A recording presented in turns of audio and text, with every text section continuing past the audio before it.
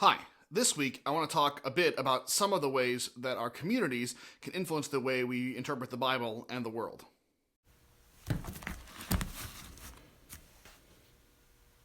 In the modern Western world, we tend to think of the individual as being more important than the community. In fact, we can even be tempted to think that the community has no real impact on the way we think and what we value as individuals.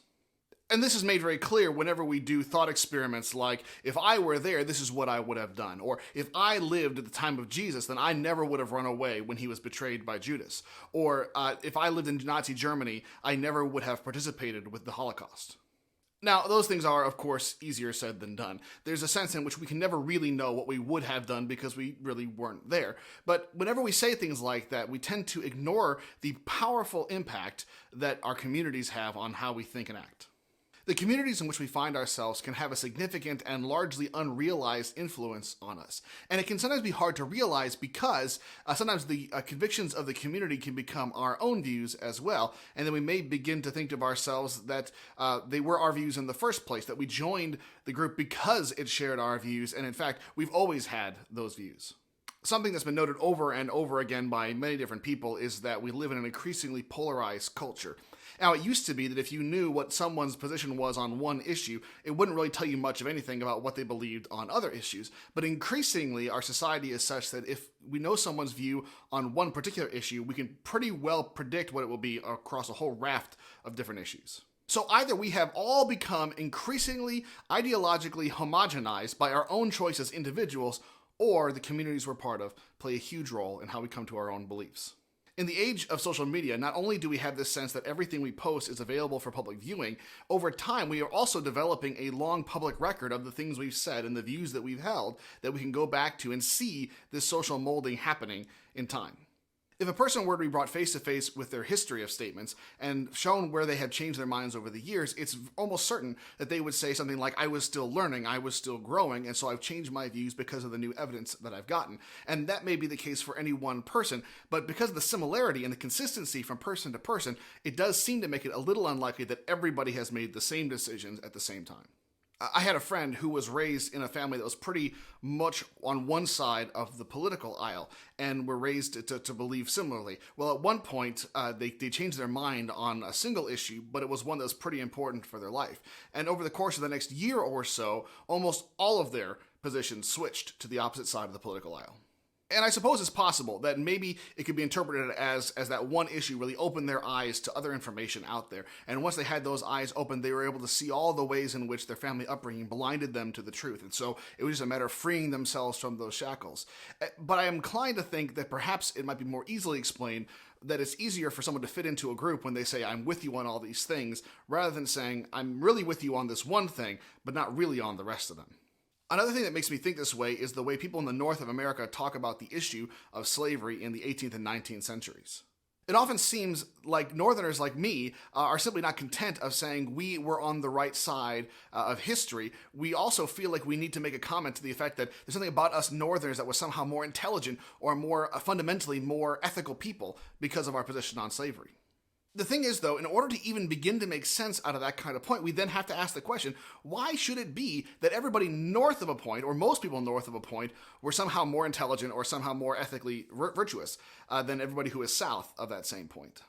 At some point, we at least have to come to terms with the fact that one of the major reasons why it was relatively easy for people in the North to be against the issue of slavery and to want it dismantled is because the crops that benefit the most from having slave labor just don't grow as well up here. It's not just a question of ethics. It's not just a question of intelligence. It's also very much a question of economics. Now, having a major part of your economy dependent on a morally reprehensible institution does not somehow make that institution less morally reprehensible, but it does help to explain a little bit as to why a decision that can seem so easy and obvious for one person or a group of people can seem to be not at all so easy and obvious for a different group of people. Well, I suspect that there are many people who find this kind of reflection uncomfortable or disturbing, and part of it's because I think we all like to think of ourselves as not being that influenced by our communities. We often like to think of ourselves as clear-thinking, intelligent people who weigh things in an even-handed way, and we make an impartial decision based on the preponderance of the evidence. Well, even if that's true in many cases, it would still be foolish to discount the role that peer pressure and community pressure has on the shaping of our individual feelings and convictions. It's like going through life playing with a weighted die. The weighted die doesn't guarantee that every single time the die is rolled, it'll be a certain value, but it does tip the scales in that direction. Oftentimes, we go through our lives with our convictions and our opinions, and we don't always spend a whole lot of time on the reasons for them until perhaps we're challenged on them. So then when we do actually go through the process of finding reasons for them, it's possible that they sometimes end up being more justifications or rationalizations rather than genuine reasons or causes for why we believe what we believe. Philosopher F.H. Bradley is famously for saying that metaphysics is the finding of bad reasons for things we believed on instinct. And the author Aldous Huxley kind of modified that. He said, finding bad reasons for things we believe for other bad reasons, that's philosophy. This kind of communal influence on our individual beliefs is alive and well in the religious world.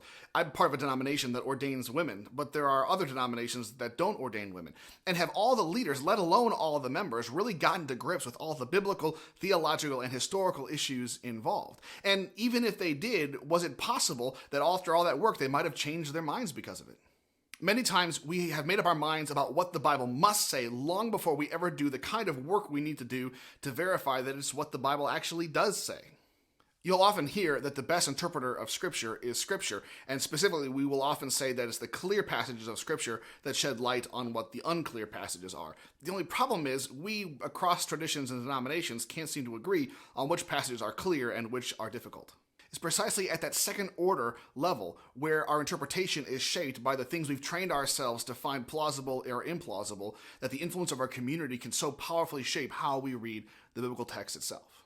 It seems like it might be impossible to totally step out of our kind of communal framework for how we interpret the Bible. But one thing is certain, no influence in our lives is as complete or as powerful as the influences that we're not even aware of. So look around and try to find the little ways that your community influences how you think and behave. What are the questions that you want to ask, but they never quite feel like it's the right time for the question? Or what observations do you want to make, but you don't because you're always worried about how it's going to be received? Our communities do a lot of good, and most of the ways that our community influences us are good and helpful, but not every way. And so let us commit ourselves together to reinforcing the good and fighting against the evil. Well, that's all I have for this week. If you have any questions or topics you'd like me to take up, please send me an email at pastorstevik@gmail.com. If you find these videos interesting or engaging in some way, consider liking and sharing them on the various social media platforms. If you want to subscribe to the channel where these are posted, it's at youtube.com/tstevik1. Thanks for watching, and I'll see you next time.